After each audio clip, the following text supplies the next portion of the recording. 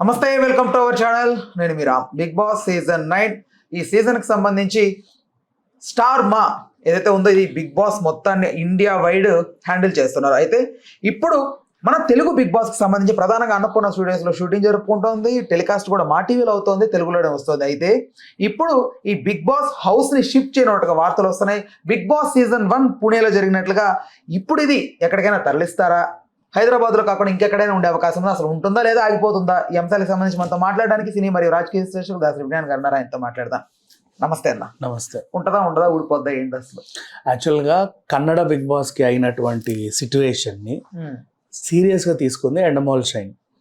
So వాళ్ళు ఏమనుకున్నారంటే ఇక మీదట ఓన్ వాళ్ళ స్టూడియోనే వాళ్ళ సెట్టే వేసుకుందామని, ఇంకొక దగ్గరికి వెళ్ళి రెంట్కుండి లైక్ మల్లమాల వాళ్ళు మల్లెమాల ఓన్ కాదే. జబర్దస్త్ ఇప్పుడు అక్కడ ఉంది కదా, అక్కడ కదా ఉంది. ఒకప్పుడు అన్నపూర్ణ.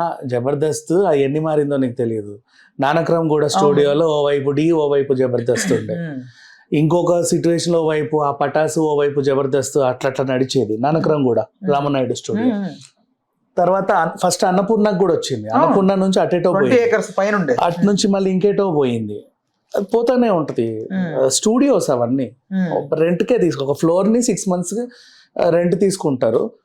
ఒకవైపు ఒక ప్రోగ్రామ్, ఇంకో వైపు ఇంకో ప్రోగ్రామ్ ఉంటుంది. కూడా వాళ్ళు ఓన్ గా చేస్తున్నారమ్మా. కూడా అది మల్లెమాల స్టూడియోస్, అది నాకు తెలియదు.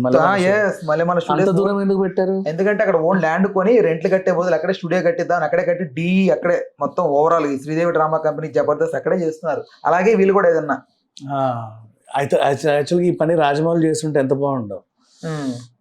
రామోజీ ఫిలిం సిటీలో సెట్లు వేస్తాడు, 3 సంవత్సరాలు 4 సంవత్సరాలు షూట్ అవుతుంది.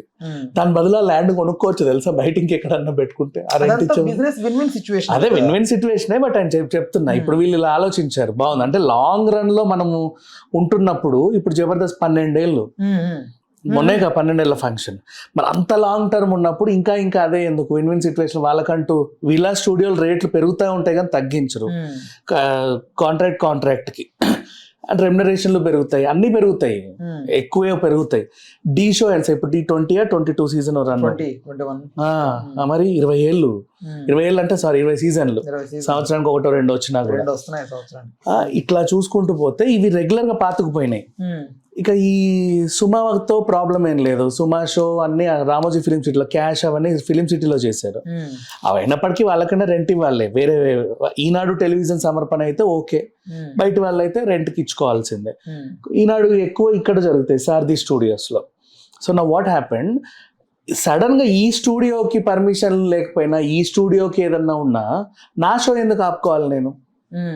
నేను అంతమంది స్పాన్సర్లను తెచ్చుకున్నా, ఇండియాస్ బిగ్గెస్ట్ షో అని చెప్పుకున్నా, అంత పెద్ద హోస్ట్, అంతమందికి శాలరీలు, ఇంత సెటప్ పెట్టుకుని వేరే దేశం నుంచి వచ్చి ఇక్కడ ఏదో నాకు వర్కౌట్ అవుతుందని చేసుకుంటున్నా. వీళ్ళు తీసుకునే చిన్న మిస్టేక్స్ వల్ల, వీళ్ళు పాటించని వాటి వల్ల నేను ఎందుకు ఆపుకోవాలి? అంత డ్యామేజ్ నేను ఎందుకు భరించాలి అని ఆలోచించి జాలీవుడ్ స్టూడియోస్లో కదా మొన్న జరిగింది, సేమ్ అన్ని భాషల్లో ఒక సపరేట్ సెట్ తీసుకుంటున్నారు వీళ్ళే. మాస్టర్ షెఫ్ లాగా ఫర్ ఎగ్జాంపుల్. మాస్టర్ షెఫ్ అంతే, ఒక దగ్గర సెట్ కొంచెం చిన్న మార్పులు ఉంటే అన్ని లాంగ్వేజ్ అక్కడే కొట్టేస్తారు. అట్లా ఒక స్టూడియో తీసేసుకుంటే అదేంటిది, Bigg Boss 9, 10 for example Telugu host ఎవరున్నా అక్కడికి వచ్చి చేసుకొని వెళ్తారు. పిల్లలు అక్కడే ఉంటారు ఉండని రోజులు. వాళ్ళని దులిపిన తర్వాత మళ్ళీ ఇంకో సీజన్ వాళ్ళు, లేదా ఆ పక్కన 2-3 సెట్స్ వేసేసి అన్ని లాంగ్వేజ్ అక్కడే వీళ్ళు ఇలా ప్లాన్ చేసుకుంటున్నారు. అట్లా వీళ్ళకి కాస్ట్ తగ్గుతుంది, ఇంకొకరికి రెంట్ ఇవ్వాల్సిన అవసరం లేదు, వాళ్ళ డిమాండ్లకి తలగాల్సిన అవసరం లేదు. ఇప్పుడు స్టార్ మాలో టెలికాస్ట్ అవుతుంది, వాళ్ళ డిమాండ్లు ఏముంటాయి ఛానల్ వాళ్ళవి, మా సీరియల్ మొహాలన్నీ పెట్టంటాడు. ఎందుకు అంటే ఈ సీజన్ అయిపోయిన తర్వాత ఆ మొహాలన్నీ పెట్టుకొని మేము మళ్ళీ ఏదో రన్ చేసుకోవాలి. సో వాళ్ళతో ఏదో సపరేట్ అగ్రిమెంట్లు ఉంటాయి. ఆ ప్రాబ్లం ఉండదు కదా. ఏది ఫస్ట్ సీజన్ లోనావాలలో వేసినప్పుడు ఆ ప్రాబ్లం లేదే, అక్కడ నుంచి డైరెక్ట్ వచ్చారు.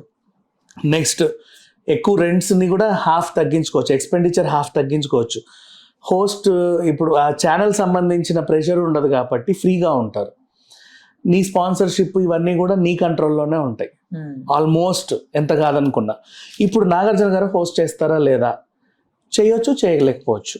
ఎందుకంటే ఎవరు మీలో కోటీశ్వరుడు, మీలో ఎవరు కోటీశ్వరుడు? జస్ట్ చిన్న మార్పు. నీకు తెలుసా, నాగార్జున నుంచి చిరంజీవి గారి నుంచి ఎన్టీఆర్కి వచ్చేసరికి ఎవరు మీలో కోటీశ్వరుడు, మీలో ఎవరు కోటీశ్వరుడు, ఇట్లా అయిపోయింది.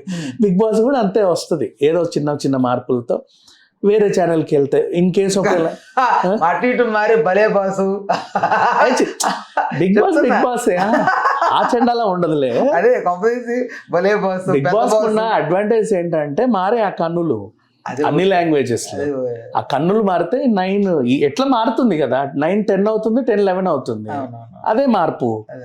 ఇంకా ఈ మార్పాల్సిన అవసరం ఏం లేదు. ఇప్పుడు ఎవరి మీలో కోటీశ్వరుడికి 2 3 4 సీజన్స్ ఉంటే ఈ మార్పు అవసరం లేదు వాళ్ళకి, అట్లా అంతమించి ఏం లేదు. సో ఒకవేళ ఈటీవీకి వస్తే ఈటీవీ దగ్గర కూడా డబ్బు బాగుంది, వాడు కొనుక్కుంటాడు. అంటే వాళ్ళకు కూడా ఇంకా డెవలప్ అవ్వాలని ఉంటుంది కదా.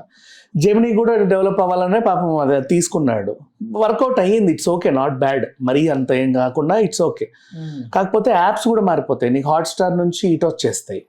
ఇప్పుడు జెమినీకి సన్ నెట్వర్క్ లో పడాలి, ఈటీవీ విన్ లో వేయాలి, అంటే దానికి కూడా అరే సబ్స్క్రిప్షన్ ఉండాలి కదా. సో ఇంతే, లేదా అన్నీ మర్చిపోయి ఒకవేళ ఇంత పెద్ద ప్లాట్ఫామ్ ఆహా కొన్న ఆశ్చర్యం లేదుగా, ఎందుకు కొనకూడదు, తప్పే ఉంది, రన్ అవుతుంది అని తెలిస్తే ఆహా కూడా సబ్స్క్రిప్షన్ పెరుగుద్ది, నెక్స్ట్ లెవెల్లో వస్తుంది. ఇప్పుడు ఇన్ని ఓటింగ్లు, ఇంత చర్చలు, పొద్దున్న లేసి అందరు దాని గురించి రివ్యూలు, ఇంత సంత, ఇదంతా కూడా ఒక యాప్కి షిఫ్ట్ అవుతుందంటే ఎవరు మాత్రం ఉత్సాహం చూపిరు. వీళ్ళు ఏంటంటే ఉన్న దాంట్లోనే కంటిన్యూ చేయాలంటే ఎప్పుడైనా సరే రెంట్లు కానీ అగ్రిమెంట్లు అన్నీ పెరుగుతాయి, తగ్గవు. నెక్స్ట్ ఇప్పుడు మనం ఒక ఇంట్లో ఉంటేనే సంవత్సరానికి వాడు 2000 పెంచుతానయ్యా అంటాడు, ప్రతి చోట అంతే. నువ్వు సంవత్సరం ఉన్నావుగా మా ఇంట్లో, ఈ నెల నుంచి 5000 తగ్గించుకొని ఇవ్వని ఎవడంటే, మరి ప్రతి చోట ఇలాగే ఉంటుంది. సో ఓన్ మన ప్లేస్కి మనం వస్తే మనకు ఆ రెంట్స్ ఈ ప్రాబ్లమ్స్ ఏమి ఉండవు. అండ్ ఆ అంతర్జాతీయ ప్రమాణాల ప్రకారంగా ఇక్కడ వీళ్ళకి ఏం కావాలనేవన్నీ మనం ఆల్రెడీ సెటప్ చేసుకుంటాం. ఆ డ్రైనేజ్ సిస్టమో లేకపోతే ఆ పొగలు సెగలో పర్యావరణ కాలుష్యమో. అండ్ ఎండమూలకి ఏముంది, కొత్తవి కూడా కొనవచ్చు పాపం వాళ్ళకి. ఇప్పుడు నువ్వు మల్లెమాల అన్నావు, స్టార్టింగ్ ఈటీవీలో యాజ్ ఎ ప్రొడక్షన్ హౌస్ కోగా వెళ్ళారు, తర్వాత వాళ్ళు సొంతంగా పెట్టుకున్నారు ఊరి చివరో ఎక్కడో, అక్కడ తక్కువకి వచ్చినట్టుంది, బాగుంది, తక్కువేగా తుక్కు కూడా ఎయిర్పోర్ట్ వెనకాల. ఇప్పుడు పెరిగిందిలే ఏమో, అంటే అప్పుడెప్పుడో కొనుక్కొని ఉంటాడు ల్యాండ్, అక్కడ ఉండదు అక్కడ అసలు.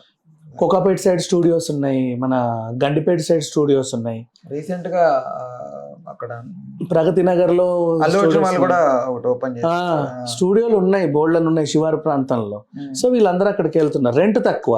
ఇప్పుడు సారథి అన్నపూర్ణక డిమాండ్ ఎక్కువ, ఎందుకంటే నాట్ సెంటర్, నీకు రవాణా సౌకర్యం లేదు కదా.